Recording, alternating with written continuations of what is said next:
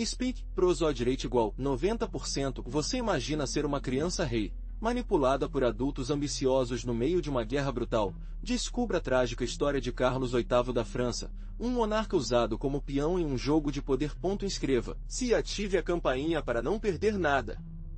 Imagine, por um momento, um filho quase 13, coroou o rei da França. Esse era Carlos VIII. Um pequeno monarca em um mundo de intrigas palacianas e ambições excessivas. Sua chegada ao trono foi um evento cheio de incerteza. Um jovem sem experiência necessária para governar um reino tão complexo e poderoso. Desde o início, sua vida foi marcada pela manipulação, tornando-se uma peça-chave no conselho de xadrez da política europeia. Sua tenra idade fez dele um rei vulnerável, facilmente influenciado pelos poderosos ao seu redor. Os nobres, ansiosos pelo poder, competiram a seu favor, buscando controlar o jovem monarca e, através dele, o destino da França. Você verá como as decisões que eles tomaram ao seu redor, muitas vezes em seu nome, o afastaram da verdadeira autoridade real. Carlos VIII, apesar de sua juventude, não era um fantoche simples. Ele tinha uma personalidade enigmática, da qual poucos detalhes são conhecidos. Algumas fontes o descrevem como um jovem fraco, facilmente manipulado, outros retratam-o como um governante com ambições secretas, um rei que lutou para encontrar seu próprio caminho no meio do caos da corte francesa. Qual era a verdadeira natureza desse monarca enigmático? Pense na França no século XV. Você.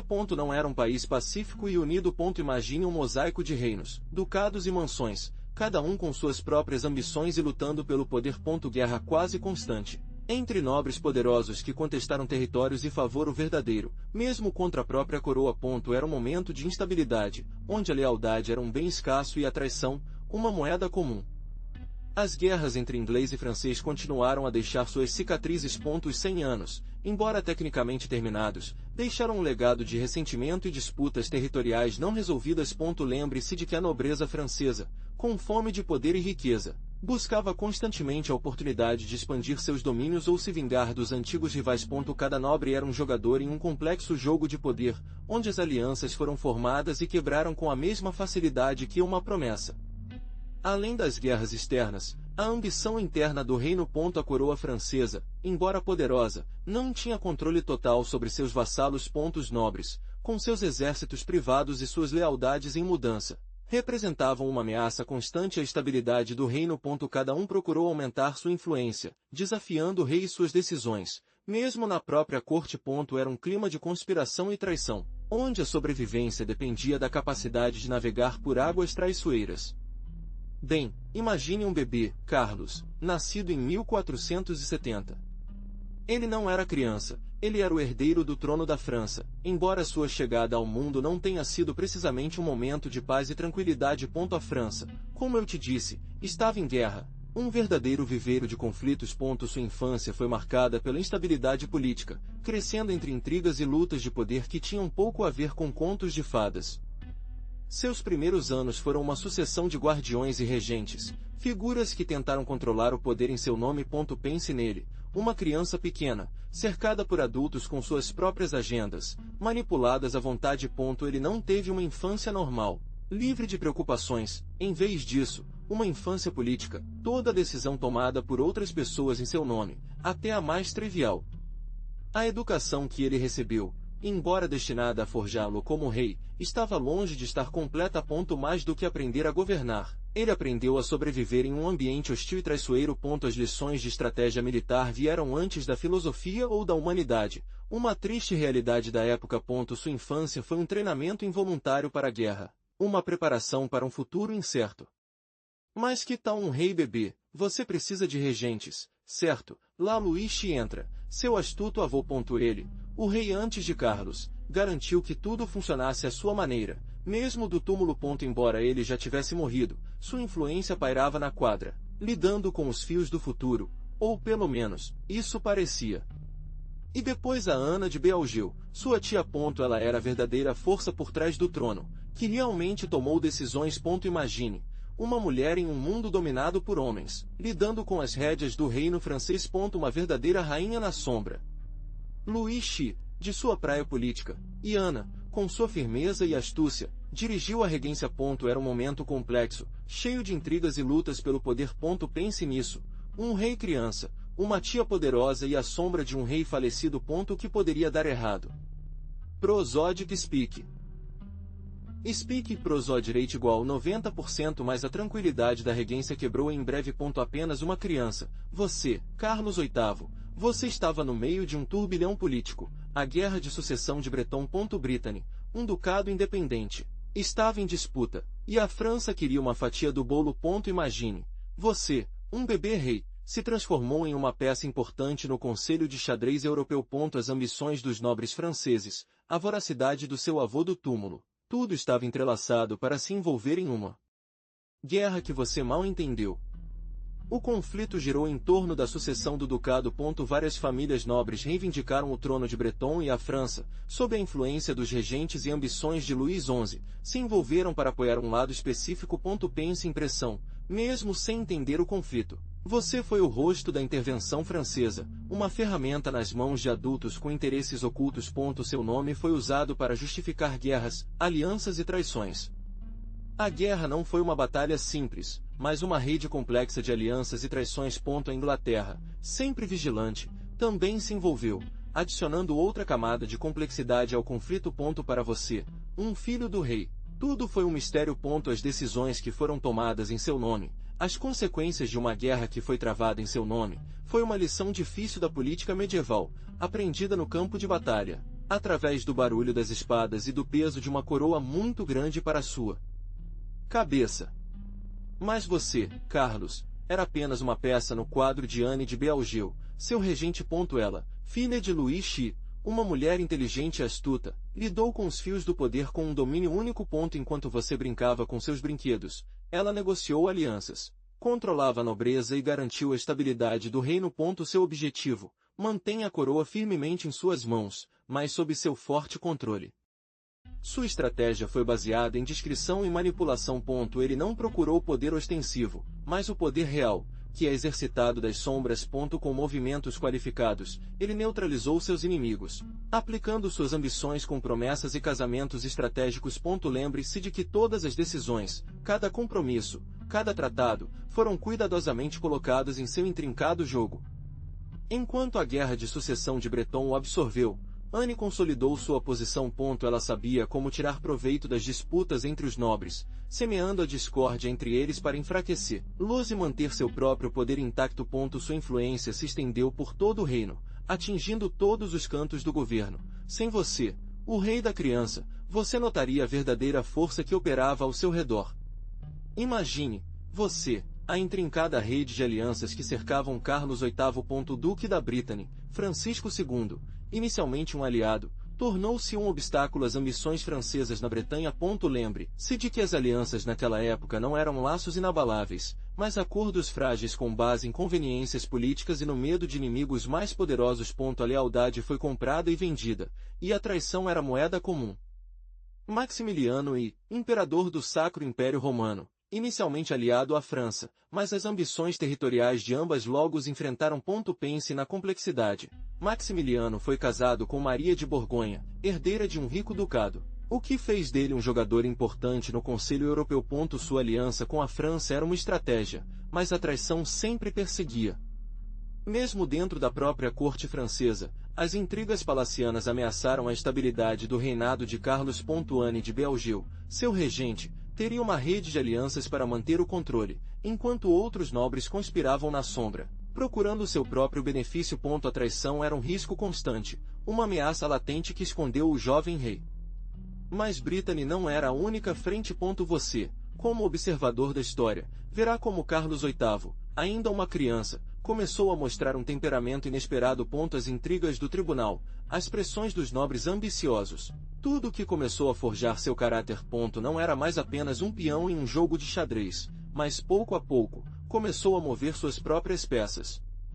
Veja como suas decisões, embora ainda influenciadas por seus diretores, começaram a refletir sua própria vontade. Lembre-se da pressão constante dos nobres, cada um com suas próprias agendas. Mas Carlos VIII, apesar de sua juventude, demonstrou a capacidade de discernir, de escolher entre os conselhos contraditórios que ele recebeu. Foi um processo lento, Um aprendizado lento. Não foi uma transformação instantânea, mas uma evolução gradual. Você verá como, através de pequenos atos, de decisões aparentemente insignificantes, Carlos VIII começou a construir seu próprio reinado. As alianças mudaram, as traições se multiplicaram, mas ele, o rei, aprendeu a navegar naquele mar turbulento. Prosódia Speak. Speak Prosódia igual 90%, mas o dia chegou.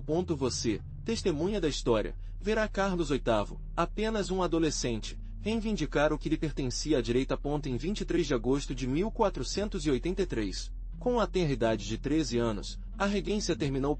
Anos de tutela, de intrigas do tribunal, de decisões tomadas em seu nome, tudo que terminou. Um jovem rei, ainda inexperiente, mas com a determinação de governar com seu próprio punho e letras. Imagine a cena. O peso de uma coroa recém-colocada na cabeça, a responsabilidade de um reino inteiro em seus ombros. Você, como um observador privilegiado, entenderá o desafio que ele representou para um menino tão jovem. A pressão dos nobres, as expectativas do povo, a necessidade de provar seu valor, tudo que caiu sobre seus ombros frágeis. Mas Carlos VIII estava pronto para enfrentá-lo. O fim da regência não significava uma mudança imediata e radical. Você verá como o jovem rei, aconselhado por seus diretores, começou a tomar suas próprias decisões, embora com cautela. O processo de transição foi gradual, mas inegável. Carlos VIII começou a consolidar seu poder, a se livrar das influências que o mantiveram nas sombras durante sua infância. Pouco a pouco, o King Child tornou-se rei durante toda a extensão da palavra. Então, havia Carlos VIII, um rei criança com um reino em suas mãos e um sonho gigante em seu coração. Itália. Não era apenas uma ambição territorial, você entenderá, mas a recuperação de um reino perdido para a coroa francesa. Nápoles, aquela joia do sul, ressoou nas mentes de seus diretores, um tesouro de reivindicar, um direito ancestral que foi perdido ao longo dos séculos. A ideia de uma campanha italiana não era nova, gerações de reis franceses sonhavam com isso. Mas Carlos, com sua juventude e energia, transformou-o em uma obsessão. O reino de Nápoles, com sua riqueza e sua localização estratégica, representou uma peça-chave para o controle do Mediterrâneo e para a França, uma porta para expansão e poder. Para você, é fácil ver a magnitude da aposta. O sonho da Itália e, em particular, a conquista de Nápoles, tornou-se o motor da política francesa nos anos seguintes. Para você, imaginar que é fácil, um jovem rei, movido pela ambição e a promessa de glória, se prepara para uma aventura que mudaria o curso da história. A recuperação de Nápoles se tornou uma questão de honra, do orgulho nacional, em algo que definiria seu reinado. Mas como uma criança rei está preparada para conquistar a Itália, não é tão simples quanto reunir alguns soldados, certo? Primeiro, você teve que conseguir o dinheiro. Imagine, Carlos precisava financiar um exército enorme, pagar transporte, equipamento, uma fortuna. Você tinha que aumentar os impostos, pedir empréstimos aos banqueiros mais poderosos e até vender algumas joias da coroa. Tudo para financiar seu ambicioso projeto.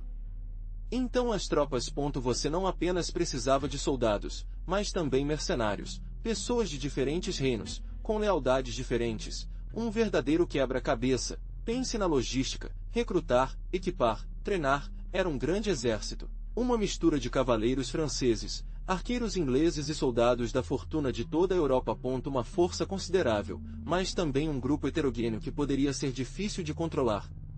E, finalmente, o suprimento. Um exército tão grande precisava de comida, armas, cavalos, uma imensa quantidade de recursos. Tivemos que organizar o transporte, suprir rotas, armazéns. Imagine a dificuldade de manter um exército em movimento por meses, longe de casa. Qualquer falha na cadeia de suprimentos pode significar o desastre. Você precisava de um exército. E que exército você tinha? Francês, orgulhosos e corajosos, com sua armadura brilhante e suas imponentes lanças. Milhares deles, dispostos a segui-lo até o fim do mundo, ou pelo menos, para a Itália. Mas eles foram invencíveis. Claro que não. Lembre-se de que muitos desses guerreiros eram mercenários, leais apenas àqueles que melhor os pagavam, e sua lealdade era tão volátil quanto o clima nos Alpes. Sua artilharia, embora moderna para o tempo, era limitada. Você não tinha a quantidade de canhões necessários para um local prolongado, e sua mobilidade era um problema em terras difíceis. Além disso, ele pensa em logística, alimentar, Equipar e manter um exército tão grande milhares de quilômetros de casa era uma tarefa titânica, que exigia uma organização impecável e uma cadeia de suprimentos eficiente, algo que nem sempre foi cumprido. E, finalmente, mas não menos importante, foi a questão da experiência. Enquanto você tinha um exército grande e bem equipado, muitos de seus soldados não lutaram em grandes batalhas em escala. Enfrentar veteranos italianos, bronzeado em 1000 batalhas, seria um enorme desafio. Seu conhecimento da terra e suas táticas de guerra podem ser a chave para neutralizar sua superioridade numérica. Prosodic Speak. Speak, Prosodrate igual 90%. Mas espere, um exército inteiro atravessando os Alpes. Não era apenas uma questão de coragem, mas de logística pura e difícil. Imagine, milhares de homens, cavalos, carros de suprimentos, tudo que ascendendo para aqueles que empojam os picos. A terra era traiçoeira, o clima imprevisível e cada etapa representava um desafio monumental. Os engenheiros militares tiveram que suar a tinta para encontrar os melhores passos, e você, Carlos, deveria confiar plenamente seus conhecimentos. O suprimento foi um pesadelo.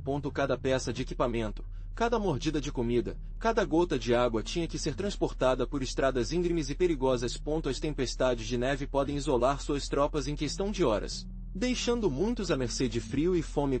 Você teve que tomar decisões cruciais em tempos de crise, decidindo quais rotas seguir e quais suprimentos priorizam para garantir a sobrevivência de seu exército.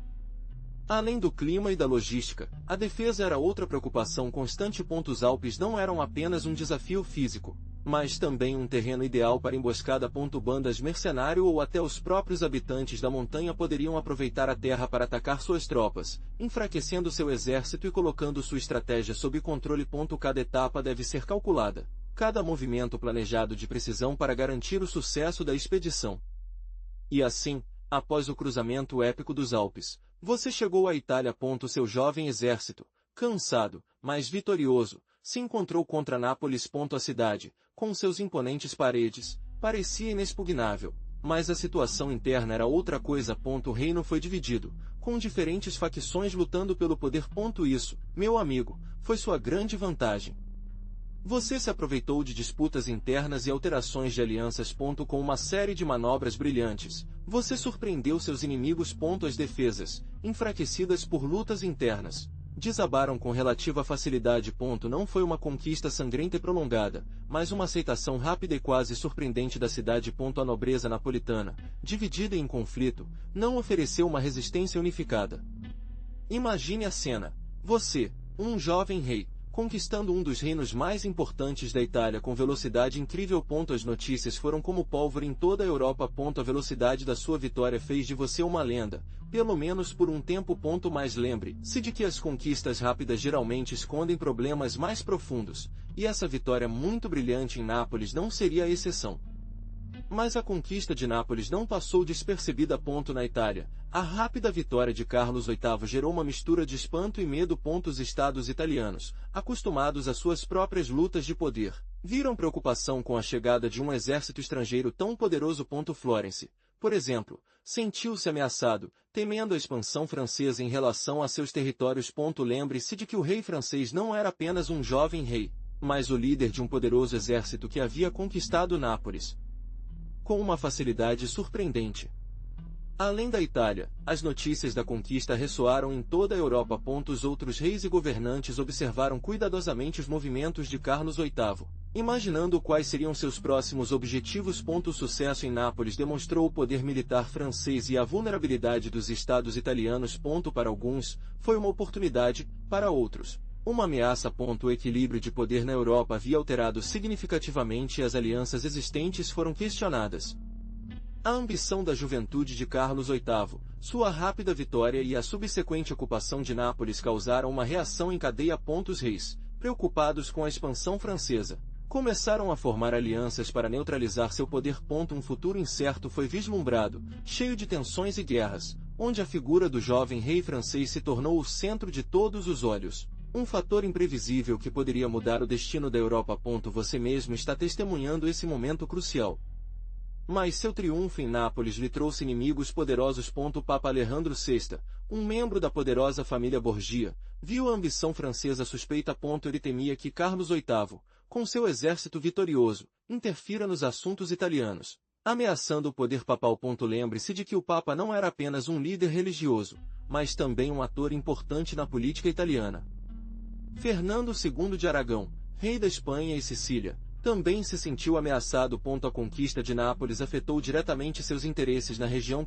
Ele e Carlos VIII eram primos, mas isso não impediu Fernando de ver Carlos como uma ameaça ao seu poder, e rapidamente se juntou à Liga dos Inimigos que se formou contra o rei francês. Prosode e Speak. Speak, prosode rate igual 90%. Mas não apenas o Papa e Fernando se opuseram a Carlos VIII. Os diferentes estados italianos, como Veneza, Milão e a Florença dos Médici, também formaram uma liga contra ele. Cada um tinha suas próprias razões para temer o poder francês. Alguns procuraram manter sua independência e outros viram a oportunidade de se beneficiar da fraqueza de seus rivais. A ambição de Carlos VIII havia lançado uma rede complexa de alianças e inimizade. Mas a vitória de Carlos VIII em Nápoles não durou muito. Sua ambição desencadeou a fúria dos poderosos. Olha, o Papa Alejandro VI, um homem astuto e ambicioso, pertencente à família Borgia, viu na presença francesa uma ameaça ao seu poder. Ele temia o progresso da França na Itália e decidiu agir. Assim, Alejandro VI formou a Liga de Santa, uma poderosa aliança projetada para expulsar os franceses da Itália. Você imagina a magnitude disso? O Papa, o rei Ferdinando II de Aragão, uniu forças, sim, o mesmo que Granada conquistou, o rei Federico I de Nápoles, expulso por Carlos VIII, e o imperador Maximiliano I do Sacro Império Romano Germânico. Uma força imparável. Cada um tinha suas próprias razões para ingressar na Liga, mas o objetivo era comum: interromper a expansão francesa. Fernando de Aragão queria recuperar o controle sobre Nápoles. Federico, é claro, ansiava por recuperar seu reino. Enquanto isso, Maximiliano viu na aliança uma oportunidade de aumentar sua influência na Itália e neutralizar o poder da França. Pense na complexidade de alianças e interesses em jogo. Então, imagine, a Liga do Santa veio sobre Carlos VIII. Ele havia subestimado seus inimigos, certo? Ele acreditava que sua rápida conquista de Nápoles o tornaria o rei indiscutível da Itália. Mas ele estava errado. A resposta foi imediata e furiosa. O exército francês, cansado e com suprimentos diminuindo, foi subitamente cercado por uma coalizão muito mais numerosa e poderosa. O confronto que mudaria o curso de sua campanha estava se aproximando: a Batalha de Fornovo. A Batalha de Fornovo, em julho de 1495, era um verdadeiro caos. Você imagina o barulho, a poeira, o cheiro de pólvora e suor. O exército francês, embora menor em número, lutou com coragem, aproveitando as táticas da formação de batalha em V, tentando quebrar as linhas inimigas. A cavalaria francesa, apesar da menor quantidade, carregou furiosamente, procurando seguir o caminho entre as tropas da Liga de Santa. A batalha estava indecisa, uma luta feroz onde coragem e estratégia se entrelaçavam em uma dança mortal. Nenhum dos lados alcançou uma vitória clara. No final do dia, ambos os exércitos estavam esgotados, com vítimas importantes. Embora tecnicamente Carlos VIII conseguiu se aposentar, a Batalha de Fornovo marcou o objetivo eficaz de suas ambições italianas. Bem, a vitória em Fornovo foi pírrica. Seus exércitos, cansados e dizimados, foram forçados a se aposentar. A rápida conquista de Nápoles se tornou um sonho distante. A Liga de Santa, embora não tivesse derrotado completamente parou seu avanço, e o caminho de volta para a França foi vislumbrado por muito tempo e perigoso. Cada passo foi uma luta contra o cansaço, a fome e a constante ameaça de emboscada. A logística foi um desastre. O suprimento de suas tropas era precário, e o abandono se tornou um problema sério. Os inimigos, fortalecidos pela sua retirada, constantemente perseguiam você, aproveitando todas as oportunidades para atacar seus flancos enfraquecidos. A visão de uma vitória rápida e fácil na Itália desapareceu, substituída pela dura realidade de uma derrota cara e humilhante. A ambição de conquistar a Itália falhou alto. Você não apenas não conseguiu consolidar suas conquistas no sul, mas perdeu muito do seu exército e seu prestígio. O sonho de um império francês na Itália havia se tornado um pesadelo, e seu retorno à França seria lembrado não como uma vitória, mas como um fracasso humilhante. A retirada tornou-se um voo precipitado, deixando para trás o eco de uma campanha mal planejada e mal executada. A retirada da Itália deixou você com um gosto amargo, certo? Apesar da demonstração inicial de força, a campanha foi cara. Milhares de soldados pereceram, não apenas em batalhas, mas também por doenças e fadiga. Seu verdadeiro tesouro, já reduzido pelas despesas da guerra, sofreu um golpe devastador. O prestígio da França, embora não destruído, havia sido afetado pela falta de uma vitória vigorosa.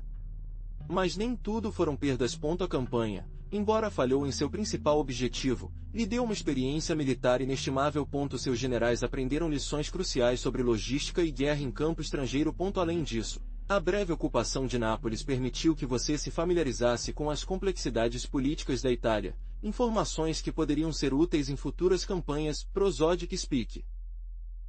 Speak Prosod Rate igual 90%. Embora a conquista de Nápoles tenha desaparecido, a campanha italiana havia servido para demonstrar a força militar francesa no cenário europeu. Embora a dominação total não tenha sido alcançada, a presença francesa na Itália havia sido estabelecida, o que, a longo prazo, poderia significar uma vantagem estratégica para a França. A experiência, apesar de seu alto custo, havia lhe ensinado uma lição valiosa. A conquista da Itália exigiria uma estratégia mais elaborada e um maior investimento de recursos. Sim, a retirada era uma bebida amarga. Mas a ambição de Carlos VIII não desligou com a derrota na Itália. Seu reinado, embora curto, foi marcado por uma ânsia expansionista que o levou a sonhar com a conquista de Nápoles e a restauração do antigo reino franco na Itália. Lembre-se de que ele era um jovem rei, cheio de energia e com um grande exército atrás dele, pronto para a ação. Apesar de seus sonhos imperiais, suas realizações foram limitadas. A campanha italiana, embora inicialmente bem sucedida, foi interrompida pela resistência dos estados e alianças italianas que se formaram contra eles. Suas vitórias foram efêmeras e o custo humano e econômico foi enorme. Pense no esforço e no preço que você pagou por cada pequeno avanço. Seu reinado, apesar de sua curta duração, deixou uma marca na história. A ambição de Carlos VIII por restaurar o poder francês na Itália lançou as fundações para futuras campanhas e conflitos. Mas ele também demonstrou as dificuldades da expansão militar em um cenário tão complexo quanto a Itália renascentista, cheia de estados poderosos e alianças complexas. Foi uma lição difícil, certo? Bem, embora seu reinado fosse curto, a ambição italiana de Carlos VIII deixou uma marca profunda. Pense nisso. Sua expedição, embora falhasse militarmente, abriu o apetite da França pelas conquistas italianas. Algo que marcaria a política francesa por décadas. Foi o começo das guerras italianas, uma era de conflito e luta pelo poder na península. No curto prazo, a morte de Carlos VIII deixou a França em uma situação incerta. Seu reinado, tão breve e cheio de ambição, terminou sem um herdeiro claro, gerando instabilidade política que afetou o país. Imagine tensão no tribunal, disputas sobre o poder e incerteza sobre o futuro do reino. A longo prazo, no entanto, seu impacto foi mais durável. Sua incursão na Itália, mesmo que ele tenha acabado aposentado, lançou as fundações para futuras intervenções francesas na península. Lembre-se de que ele abriu a caixa de Pandora, despertando as ambições de outras potências europeias e começou décadas de conflitos que redesenharam o mapa da Europa. Bem, o que você acha se falarmos sobre Carlos VIII pessoalmente? Ele era um rei impulsivo, sim, com uma energia quase transbordante. Suas decisões eram frequentemente tomadas com a velocidade do raio, sem muita deliberação. Imagine, um jovem rei, cheio de vigor e com uma visão, embora às vezes um tanto precipitado, do mundo. Essa visão, eu digo, foi a chave. Apesar de sua impetuosidade, Carlos VIII tinha uma ideia clara do que queria: reivindicar o reino de Nápoles e expandir o poder francês. Não era uma visão pequena, certo? Para ele, era um objetivo atingível, embora muitos o considerassem um louco ou um sonhador. Sua impulsividade, embora às vezes ele o levasse a erros estratégicos, também era seu motor. Ele não hesitou em correr riscos para se lançar na aventura. Pense na audácia de sua campanha italiana, um movimento arriscado, mas isso refletiu sua visão e autoconfiança, embora muitos a considerassem imprudentes. Então, embora o vemos como um rei impulsivo, ele se lembra de que, por trás dessa impulsividade, havia uma visão, uma ambição de que, embora nem sempre se traduz em sucesso militar, deixou uma marca indelével na história da França e da Europa. Ele era um rei que, apesar de seus fracassos, ousou sonhar grande. Mas quem o aconselhou? Havia o astuto Luís de Orleans, seu tio, um homem com uma longa experiência política e uma ambição que combinava com sua astúcia. Ele, junto com outros, tentou orientar o jovem rei, às vezes com sucesso, outras vezes, bem, Digamos que as coisas foram bastante complicadas. Lembre-se de que Carlos era impulsivo, e isso foi difícil para alguém controlá-lo completamente. Outro caráter crucial era Anne de Belgio, o regente que a França havia governado antes da idade de Carlos. Embora ele não tivesse mais o poder formal, sua influência no jovem rei era inegável. Ela representou a sabedoria e a experiência de um governo mais estável, algo que contrasta profundamente com a personalidade de Carlos. Pense na tensão entre a experiência de Anne e a impulsividade juvenil de Carlos. Prosodic Speak. Speak Prosodic igual 90% da corte francesa, naquela época, estava cheia de nobres com suas próprias agendas, muitas delas ansiosas para aproveitar a inexperiência do rei. Alguns diretores agiram de lealdade, outros procuraram seu próprio benefício e outros até conspiravam nas sombras. Imagine o intrincado jogo de poder que foi desenvolvido em torno do jovem rei, um conselho de xadrez onde cada peça representava uma família poderosa ou um indivíduo ambicioso. Imagine o tribunal de Carlos VIII. Você um foco de nobres, senhoras com vestidos ricamente bordados, senhores com armadura brilhante e servos sem fim que se esforçam entre tapeçarias e castiçais. Palácio Amboise, com suas imponentes torres. Foi o estágio de danças luxuosas, torneios cavalheirescos e banquetes opulentos. A vida no tribunal foi um show constante, um turbilhão de intrigas, romances e poder. Mas nem tudo era brilho e esplendor. Sob a superfície da opulência, as rivalidades e as conspirações estavam ocultas. Famílias nobres competiram por favor, tecendo alianças e planejando intrigas para aumentar sua influência. Lembre-se de que Carlos VIII era criança, um filho king e sua corte era um campo de batalha onde o poder era disputado sem quartel. Decisões importantes foram tomadas entre cenas, em reuniões secretas e sussurros. A vida cotidiana no tribunal girou em torno do rótulo e do protocolo. Cada movimento, cada palavra, era cuidadosamente regulamentado. Dos elaborados rituais da comida e cerimônias da corte, tudo foi projetado para enfatizar a majestade do rei e da ordem social. Para você, isso significava uma vida governada por regras estritas e uma luta constante para manter o favor real e a posição social. Mas voltando ao tribunal, você pode imaginar o agente causado pela união de Carlos VIII com Ana de Brittany. Não era um casamento simples, era uma peça-chave sobre o Conselho Político Europeu. Ana, herdeira do Ducado da Bretanha, era um cobiçado pilhagem, um território rico e estratégico que muitos reis ambicionaram. Para Carlos, ele quis dizer consolidar seu poder e expandir as fronteiras francesas.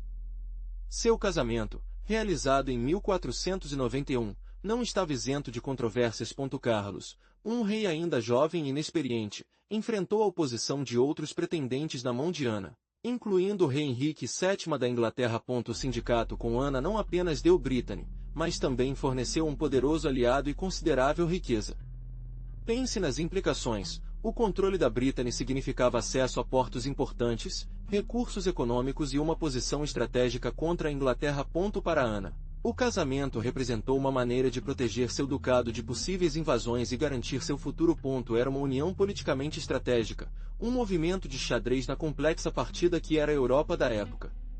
Mas a vida de Carlos VIII, tão cheia de ambições, teve um fim abrupto. Imagine, um jovem rei, à beira de seu poder, vítima de um acidente. Um simples golpe na cabeça, durante um jogo de bola, terminou seu reinado. Você pode imaginar o choque no tribunal. A criança rei, que conquistou Nápoles, desapareceu em um instante, deixando um imenso vácuo de energia. Sua morte, em uma idade tão cedo, deixou a França em uma situação delicada. Sem um herdeiro direto, a sucessão ao trono se tornou uma questão crucial. As intrigas palacianas, as ambições de nobres poderosos, tudo eclodiu após a partida inesperada do rei. O futuro da França venceu um fio, nas mãos daqueles que procuravam controlar o poder.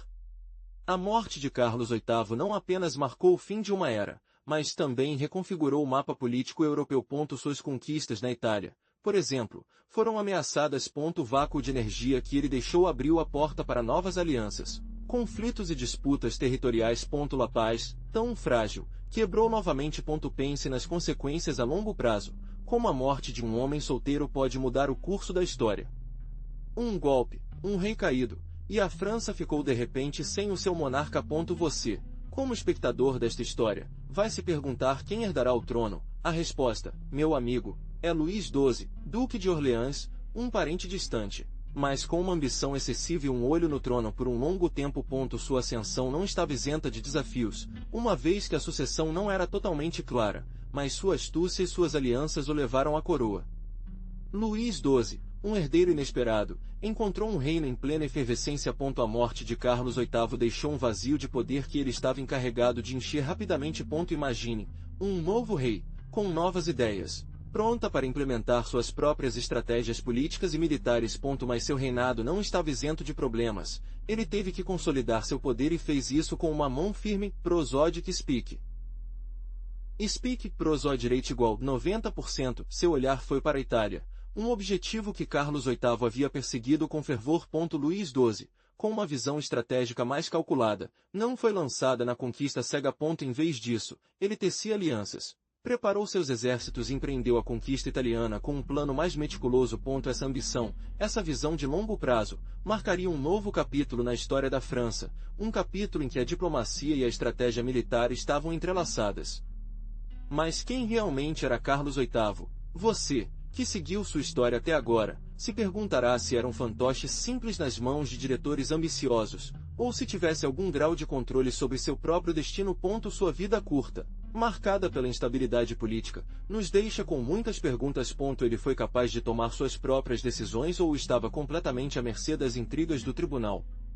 Sua ambição de conquistar Nápoles foi sua própria decisão ou resultado da influência de nobres poderosos que procuraram expandir seu poder e influência? Ele considera que, em sua idade, Carlos VIII representava o trono no meio de uma França ainda instável. A pressão da nobreza, sempre ansiosa pelo poder, poderia tê-lo guiado em suas decisões mais importantes. Vamos analisar as cartas, os documentos, as crônicas da época.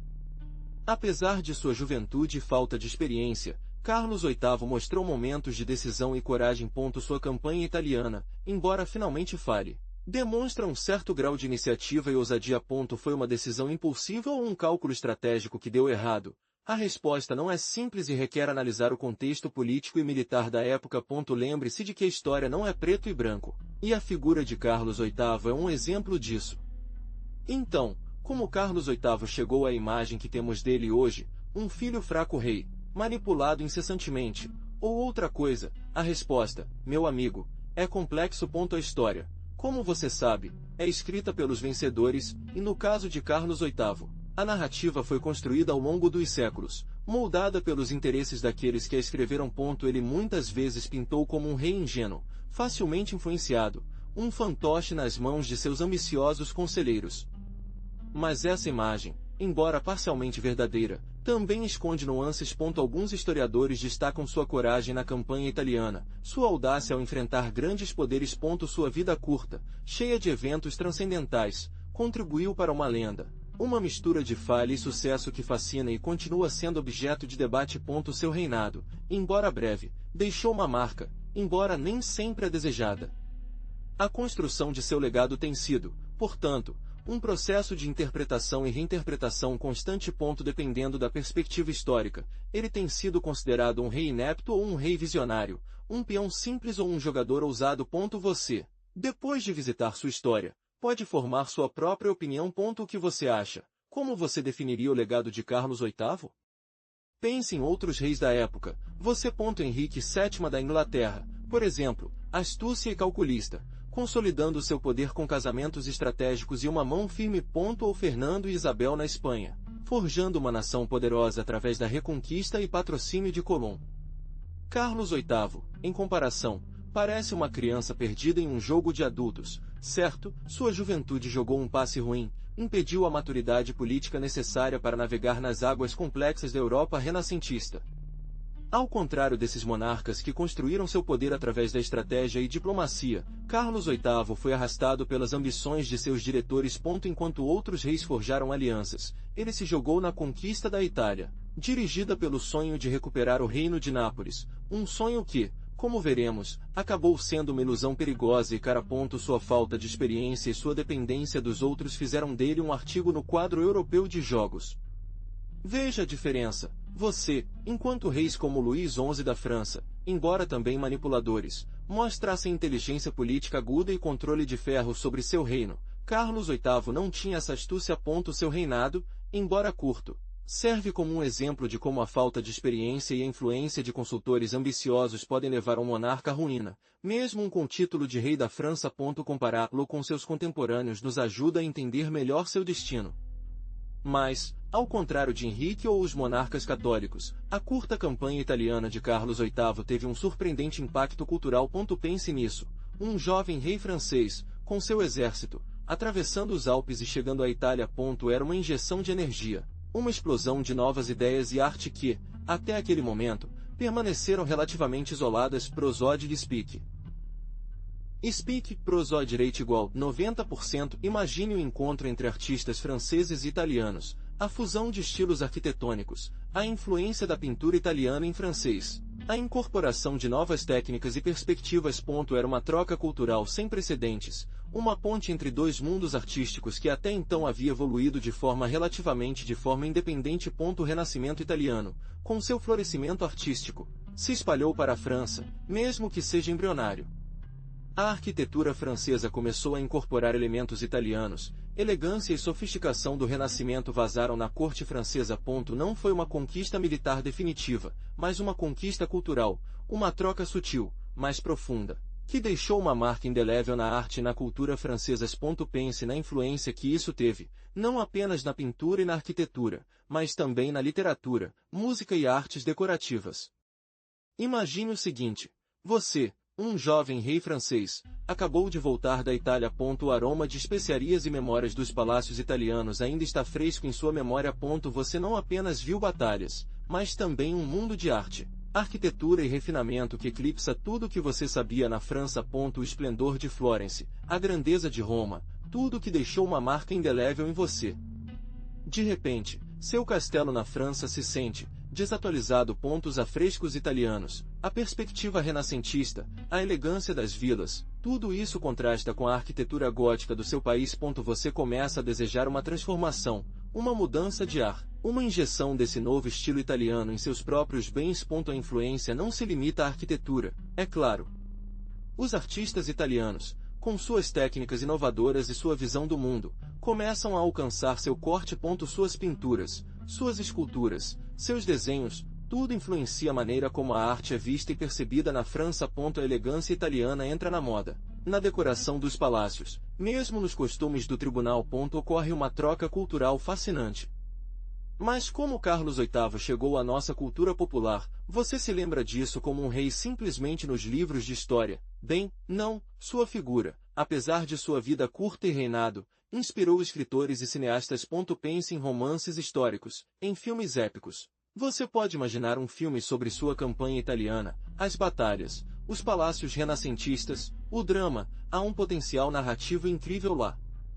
Embora ele não seja um personagem tão famoso quanto outros reis franceses, sua figura jovem e ambiciosa, sua breve mas intensa aventura italiana, eles fazem dele um personagem ideal para a ficção. Imagine uma cena, ele, cercado por diretores, discutindo a estratégia para conquistar Nápoles.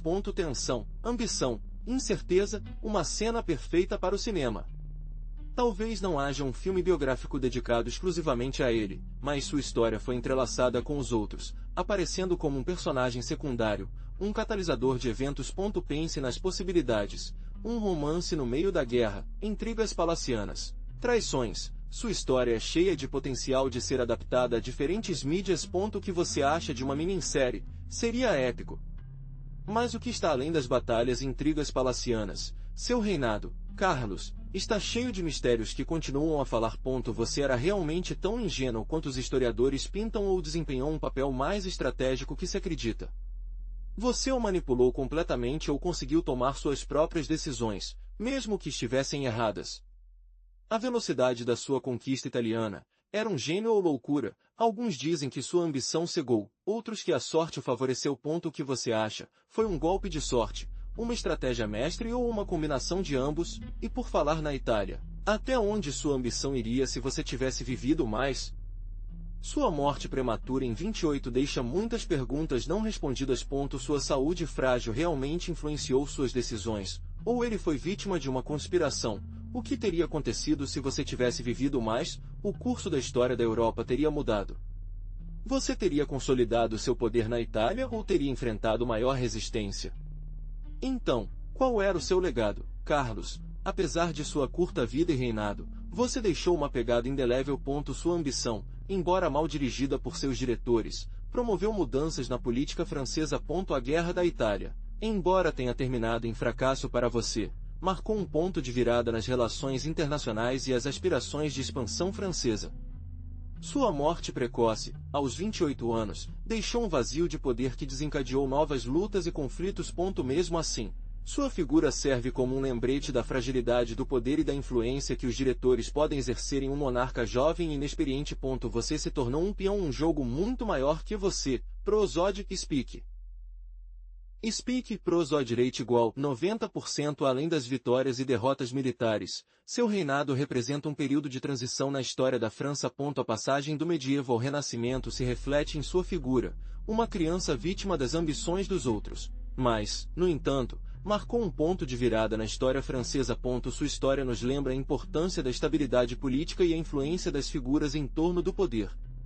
Mas como sabemos tudo isso? Para entender a vida de Carlos VIII, você precisa entrar nas fontes históricas. Eu recomendo que você comece com crônicas contemporâneas. Imagine ler as histórias daqueles que o conheciam, seus cortesãos, seus inimigos. Suas palavras o transportarão diretamente para o tempo. Ele procura crônicas francesas e italianas, já que seu reinado atingiu as duas nações. Além das crônicas, existem numerosos estudos históricos modernos. Procure livros acadêmicos que analisem seu reinado, suas campanhas militares e seu impacto na política europeia. Não se limite a um único autor. Compare diferentes perspectivas para obter uma visão mais completa. Lembre-se de que a história é um processo de interpretação e cada historiador contribui com sua própria análise. Se você preferir um formato mais visual, há documentários sobre o período em que eles podem ajudá-lo. Procure aqueles que se concentram na figura de Carlos VIII ou nas guerras italianas. Esses documentários geralmente incluem imagens de arquivo, recriações e entrevistas com especialistas, o que pode enriquecer seu entendimento. Lembre-se sempre de contrastar informações de diferentes fontes. E aqui chegamos com a história do jovem rei Carlos VIII. Espero que você tenha gostado dessa viagem ao passado, cheio de intrigas, guerras e a vida complexa de um monarca que, apesar de sua tenra idade, marcou a história da França. Lembre-se de que a história é muito mais do que datas e nomes. É uma narrativa da vida humana, cheia de sucessos e erros, triunfos e falhas. Não se esqueça de se inscrever no canal para não perder futuros episódios sobre fascinantes personagens históricos. Compartilhe este vídeo com seus amigos, se você gostou, e deixe-me um comentário me dizendo o que você pensa da história de Carlos VIII. Sua opinião é muito importante para mim e me ajuda a melhorar. Quero agradecer especialmente a todos aqueles que contribuíram para a criação deste vídeo, desde a investigação até a edição. Seu suporte é essencial para você continuar criando conteúdo de qualidade para você. Muito obrigado pelo seu tempo e sua atenção. Lembre-se de que a história está cheia de surpresas e personagens fascinantes. Continue explorando, continue aprendendo e até a próxima aventura histórica. Bye bye. Espero que você tenha gostado de aprender sobre Carlos VIII. Se você gostou, se inscreva para mais. O que você acha do seu destino trágico? Prosode Speak.